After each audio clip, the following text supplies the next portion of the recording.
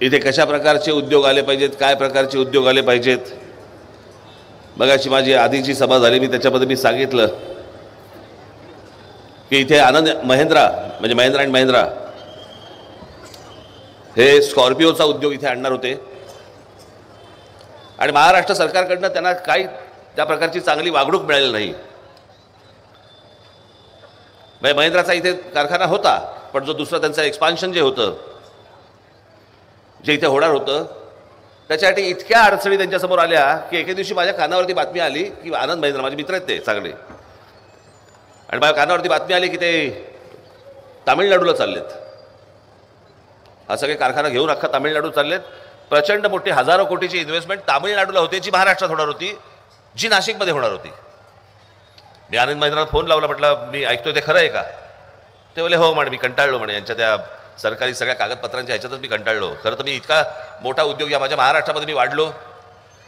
महाराष्ट्रात हे सगळं महिंद्रा महिंद्रा सगळ्या गोष्टी सुरू केल्या आम्ही, आणि त्याच महाराष्ट्रामध्ये मला अडचणी येत आहेत. मी त्यांना म्हटलं मी तुम्हाला भेटतो. मग मी आनंद महिंद्राला भेटलो, त्यांच्याकडनं सगळ्या गोष्टी समजून घेतल्या.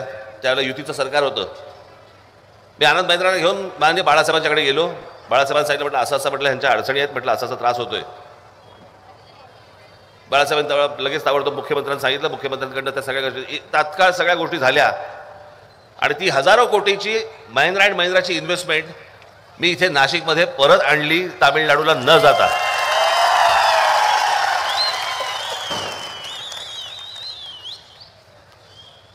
मी काय नाशिकचा नागरिक होतो का?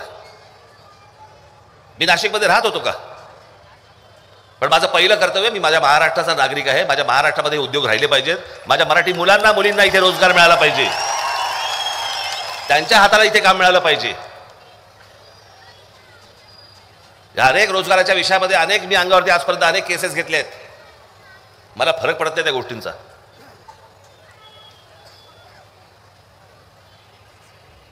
अनेक उद्योगधंदे